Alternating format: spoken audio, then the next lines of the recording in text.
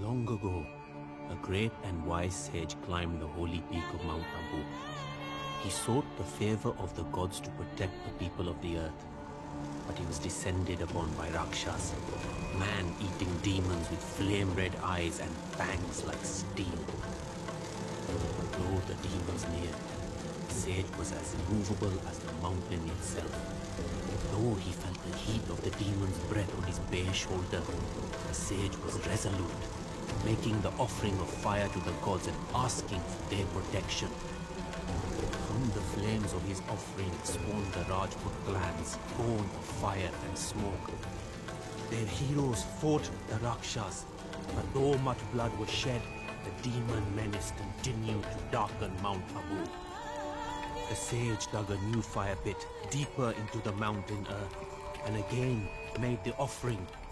From this pit came Chauhan, weapons in his forearms. He slew the Rakshas, and from his loins came the mightiest of the Rajput clans. From this clan came my king. I am Chand Bardai, poet of the Raja's court. I will tell you the story of a great king. But this story, much like life itself, must start from the beginning. My king, Prithviraj, was not always a great Raja. Once he was a young king of Ajmer, challenged by his own cousin for rule of the Chauhan clan. In those days, the Rajput clans raided and warred with one another. They were Kshatriya, warriors from birth.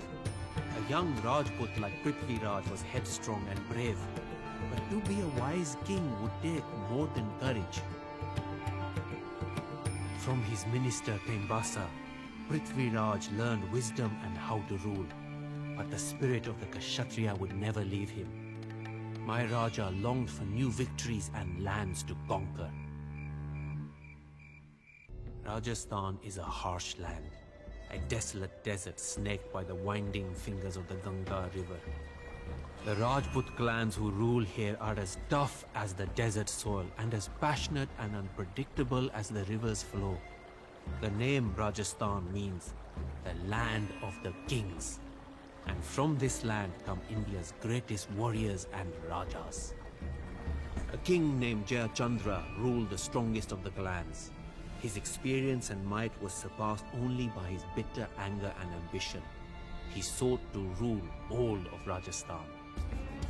In keeping with the ancient traditions, Jayachandra ordered a ritual signifying his authority.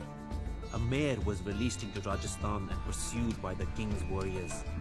Wherever the horse went, the ruler of that land would either accept Jayachandra's authority or challenge it by fighting the warriors. As Prithviraj hunted tigers in the forest, he discovered how quickly the hunter could himself become the hunted. All of India heard tales of Prithviraj Digvijaya, his conquest of all directions. The Rajput princes submitted to him, and word of his victories spread far. Princes came from all lands to congratulate the young Raja. But far greater than any princely gift was the love of a princess. In Kannauj, in the very court of his rival Jayachandra, Prithviraj caught the eye of Sanyogita, a headstrong Rajput princess with bewitching beauty. The young king fell in love with Jayachandra's own daughter. My king was in love with Sanyogita. The two would sneak away from their courts to meet in border towns and wooded groves, where they would embrace under the bright light of the moon. But for all their secrecy, the romance could not be hidden from the powerful Jayachandra and his army of spies. The mighty king would never approve of his daughter marrying his own rival. Instead, he ordered a Swayamvara, a ceremony where Sanyogita would choose her husband from the men invited by her father. Jayachandra invited all the princes and kings of India to the ceremony, except for one. Almost one.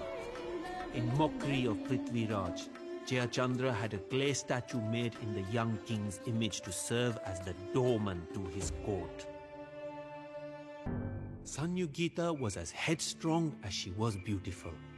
With the infinite courage of a Rajput princess, she walked through the royal court carrying the ceremonial garland and ignoring the expectant gazes of her suitors.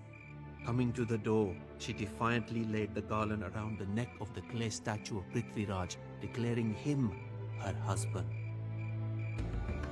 To her surprise, the young Raja had braved the dangers of his rival's kingdom to slip into the ceremony. Emerging from behind the statue, Prithviraj embraced Sanyogita. The two rode to Ajmer as the furious Jayachandra vowed that his revenge would be felt to the ends of the earth. Without his daughter, Jayachandra became a stampeding elephant. No one was safe from his overflowing rage. But anger alone could not win a war, and Jayachandra would not have been a threat to my Raja had it not been for the jealousy and cunning of a once loyal subject. Oh, Kaimbasa! How love and jealousy made him betray his master. The minister who had advised my king since he was a boy, and whom Prithviraj honored like a beloved uncle, sought the one woman he could not have. Kaimbasa fell in love with Sanyogita. His jealousy drove him to Jayachandra's court to betray his own king. Whispering in Jayachandra's ear, Kaimbasa gave direction and purpose to the king's anger. He urged Jayachandra to send an ambassador to the Afghan hills to find Muhammad Ghori, a brutal warlord said to command a slave army numbering in the thousands. The messenger would regale the Turk with tales of the riches of Prithviraj's kingdom and whisper to him how the young king was too smitten with his bride to defend his lands. Then Kaimbasa promised the vengeful king Prithviraj would be defeated and Jayachandra would rule Rajasthan. Unknown to the two men, their fateful scheme would jeopardize all of India. Thousands of Turkish horsemen, the slave soldiers of a savage warlord, descended from the Afghan hills to the plain and terrain. Great clouds of dust rose in their wake, obstructing the vision of the Rajput Kshatriya. The Turkish cavalry unleashed a shower of arrows on the Rajputs. Indian warriors, facing an enemy they could not see, only weathered the blows against them. With the battle hanging in the balance, Govind Kai, brother of my king, rode alone into the dusty fray, challenging the Turkish warlord to single combat. He struck Muhammad Ghori from his horse and wounded him. The warlord's slaves encircled their master and carried him off the field as the Turkish trumpets beleaguered their retreat. Prithviraj's victory over Muhammad Ghori proved to be a curse. Believing that the Turk would not return, my Raja took to revelry and the company of Sanyogita, leaving the defenses to rot. It is here that I, Chand Bardai, enter the story and make my mark on my king's legend. I warned my Raja that nothing would stop the Turk. The warlord had come down from the barren Afghan mountains to gaze upon the wealth of India and would return with a larger army. My Raja was wise and he listened to me. He sent messengers to the other Rajput princes, calling them to war, but few listened. Laughing, the princes told the messengers that surely the Turks would not return so soon after being blooded by Rajput Kshatriya.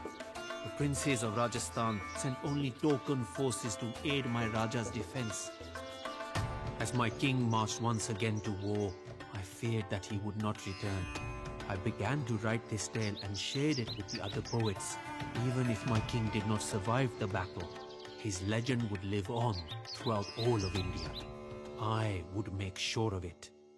Prithviraj's heroism could not overcome his delay.